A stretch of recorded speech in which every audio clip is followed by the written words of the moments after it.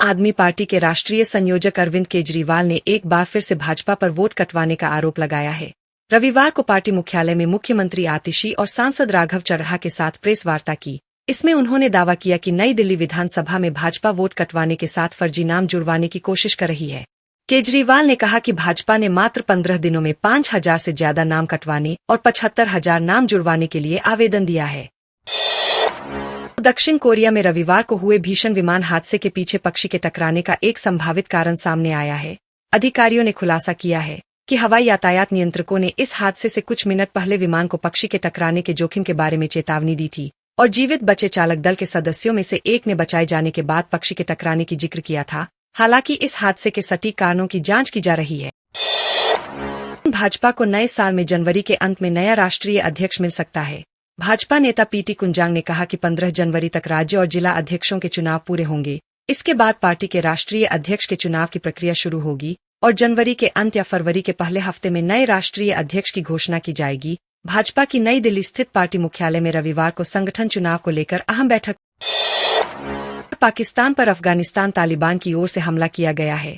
इस बीच पाकिस्तानी सेना ने कहा कि उसने कुर्रम और उत्तरी वजीरिस्तान में घुसपैठ की कोशिशों को नाकाम कर दिया है और आतंकियों के सीमा पार हमले का निर्णायक रूप से जवाब दिया। जियो न्यूज की रिपोर्ट के मुताबिक पाकिस्तानी सेना से जुड़े सूत्रों ने कहा कि अफगान तालिबान के सहयोग से 20 से 25 टीटीपी आतंकियों के समूह ने आज सुबह पाकिस्तानी चौकियों पर भारी हथियारों के जरिए बिना किसी उकसावे के हमला किया।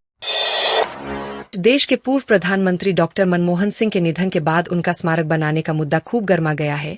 इस मुद्दे पर पूर्व क्रिकेटर व पंजाब कांग्रेस के पूर्व प्रधान नवजोत सिंह सिद्धू ने राष्ट्रपति द्रौपदी मुर्मू को चिट्ठी लिखी है। सिद्धू ने चिट्ठी में डॉक्टर मनमोहन सिंह का स्मारक राजघाट पर बनाने की मांग की है। सिद्धू का यह पत्र ऐसे समय आया है। चीन ने रविवार को अपनी हाई स्पीड बुलेट ट्रेन का अपडेटेड मॉडल पेश किया, जिसके निर्माता का दावा है कि परीक्षण के दौरान इसने 450 किलोमीटर प्रति घंटे की रफ्तार पकड़ी, जिससे यह दुनिया की सबसे तेज हाई स्पीड ट्रेन बन गई। वहीं आधिकारिक मीडिया ने बताया कि CR 450 प्रोटोटाइप ने 450 किलोमीटर प्रति घंटे की परीक्षण गति हासिल की, जिसमें प्रमुख प्रदर्शन संकेतक, परिचालन गति, ऊर्जा खपत, आंतरिक शोर और ब्रेकिंग दूरी ने एक नया अंतर्राष्ट्रीय मानक स्थापित किया। मुख्यमंत्री योगी आदित्यनाथ ने रविवार को नई दिल्ली में राष्ट्रपति द्रौपदी मुर्मू से भेंट की और उन्हें महाकुंभ का निमंत्रण दिया। मुख्यमंत्री ने उपराष्ट्रपति जगदीप धनखड़, वित्त मंत्री निर्मला सीतारमण और दिल्ली के उपराज्यपाल विनय कुमार सक्सेना को भी प्रयागराज में होने जा रहे महाकुंभ 2025 के लिए आमंत्रित किया। सीएम योगी ने विशिष्टजनों को निमंत्रण पत्र के साथ ही महाकुंभ 2025 के लोगो वाला प्रतीक चिन्ह, कलश, महाकुंभ से जुड़ा साहित्य, नववर्ष का टेबल कैलेंडर व डायरी भेंट की।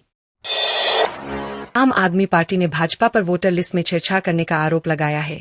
आम आदमी पार्टी का दावा है कि भाजपा ने आम आदमी पार्टी सांसद संजय सिंह की पत्नी अनीता सिंह का वोट काटने का आवेदन दिया है।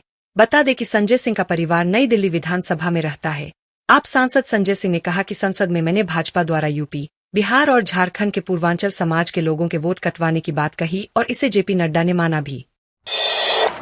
महाराष्ट्र के पालघर जिले के बोईसर तारापुर MIDC में एक केमिकल फैक्ट्री में रविवार को भीषण आग लग गई। मामले में अधिकारियों ने बताया कि UK aromatic and chemical company में लगी भीषण आग ने सलवार शिवाजी नगर इलाके में एक बगल की केमिकल यूनिट को भी अपनी चपेट में ले लिया। फिलहाल आग बुझाने के लिए अग्निशमन कर्मियों की तरफ से प्रयास किए जा रहे हैं। नाबालिग से दुष्कर्म करने वाले आरोपी को सिहोरा अपर सत्र न्यायाधीश शैफी दाऊदी की अदालत ने दोषी करार दिया है। न्यायालय ने आरोपी को आजीवन कारावास तथा 1,000 रुपये के अर्थदंड से दंडित किया है। अभियोजन के अनुसार लखन पिता चंद्रिका शर्मा की उम्र 35 वर्ष पीड़ित ने नाबालिग लड़की को अकेला पाते हुए 8 दिसंबर 2022 को दुराचार किया था। आरोपी ने नाबालिग को धमकी दी थी कि इस संबंध में किसी को बताने पर उसे तथा परिवार के अन्य सदस्यों को जान से खत्म कर देगा। केंद्रीय मंत्री राजनाथ सिंह 2 दिवसीय दौर पर महू पहुंचे। रविवार दोपहर वे महू में बाबा साहब आम्बेडकर की जन्मस्थली पहुंचे और माल्यार्पण किया। इसके बाद वे आर्मी वार कॉलेज के कार्यक्रम में पहुंचे और संबोधित किया। उन्होंने कहा कि हमें हमेशा अलर्ट रहने की जरूरत है। हमारे दुश्मन बाहरी हो आंतरिक, उनकी गतिविधियों पर हमेशा पैनी नजर रखना होगी ताकि वे देश का नुकसान न कर पाए। मध्य प्रदेश में देश के सबसे बड़े सोने की जब्ती के मामले में बड़ा खुलासा हुआ है। परिवहन विभाग के पूर्व सिपाही सौरभ शर्मा की काली कमाई को लेकर 4 एजेंसियां जांच कर रही है। इस बीच सामने आया है कि उसकी काली कमाई के खजाने की जानकारी लोकायुक्त को उसके करीबियों ने ही दी थी। जानकारी के अनुसार सौरभ का उसके करीबियों से कारोबार को लेकर विवाद हुआ था। इसके बाद सौरभ कारोबार में उसके करीबियों की अनदेखी करने लगा था। पश्चिम बंगाल के उत्तर 24 परगना जिले से कोलकाता पुलिस ने शनिवार रात फर्जी पासपोर्ट रैकेट के सरगना मनोज गुप्ता को गिरफ्तार किया है। पुलिस के मुताबिक मनोज गुप्ता को गायघाटा थाना क्षेत्र के चादापारा स्टेशन रोड स्थित एक घर से पकड़ा गया है। न्यूज एजेंसी की रिपोर्ट के मुताबिक पुलिस अधिकारी ने बताया, ऑल इंडिया मुस्लिम जमात के राष्ट्रीय अध्यक्ष मौलाना मुफ्ती शहाबुद्दीन रजवी बरेलवी ने नए साल के जश्न पर फतवा जारी किया है। उन्होंने कहा कि नए साल पर जो नौजवान युवा और युवती जश्न मनाते हैं, इस फतवे में उन्हें हिदायत दी गई है। नए साल का जश्न मनाना फक्र की बात नहीं है और नहीं ये जश्न मनाया जाना चाहिए और इसकी बधाई दी जानी चाहिए, क्योंकि नए साल से ईसाइयों का नया साल यानी अंग्रेजी साल शुरू होता है।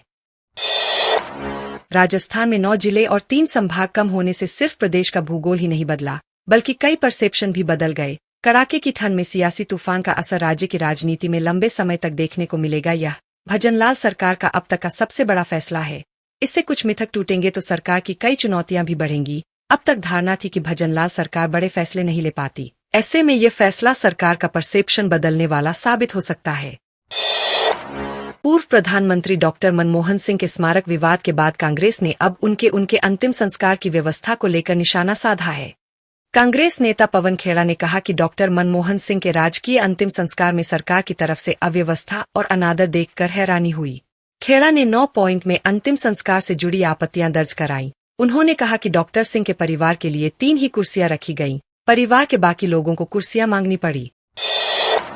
एसडीएम थप्पड़ कांड मामले में जेल में बंद नरेश मीणा समेत 59 आरोपियों की रिहाई और अफसरों पर कार्रवाई की मांग को लेकर नगर फोर्ट में महापंचायत हुई। कांग्रेस नेता प्रहलाद गुंजल ने सरकार को 10 दिन का अल्टीमेटम दिया है।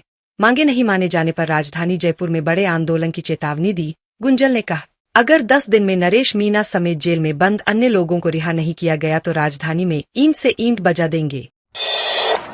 ट्यूबवेल की खुदाई के दौरान रेगिस्तान से पानी की धार ऐसी फूटी कि उसे रोकना मुश्किल हो रहा है। ट्यूबवेल की खुदाई के लिए लाई गई बोरिंग मशीन ट्रक सहित धरती में समा गई है। पानी के प्रवाह को देखते हुए 500 मीटर के दायरे का इलाका प्रशासन ने खाली करा लिया है। उधर तेल गैस की कंपनी ओएनजीसी के अधिकारी मौके पर आए और जमीन से निकल रही गैस की जांच की।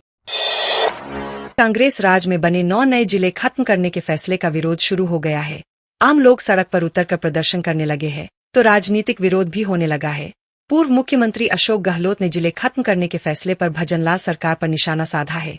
भाजपा प्रदेशाध्यक्ष मदन राठौर ने कहा, गहलोत सत्ता में लौटते तो वो भी जिले खत्म करते। पूर्व मुख्यमंत्री अशोक गहलोत ने कहा, हमने पूरी तैयारी के बाद नए जिले बनाए थे। कांग्रेस सरकार के वक्त बने नए जिलों को खत्म करने का हर ओर विरोध शुरू हो गया है। गहलोत सरकार ने 17 नए जिले बनाए थे। भजनलाल सरकार ने इनमें से 9 जिलों और 3 संभागों को समाप्त करने का फैसला लिया है। इसकी नाराजगी अब सड़कों पर आ गई है। संबंधित स्थानों जो जिले कैंसिल किए गए हैं पर प्रदर्शन चल रहा है। जिलों को बहाल नहीं करने पर कांग्रेस समेत अन्य संगठनों और लोगों ने उग्र आंदोलन की चेतावनी दी है।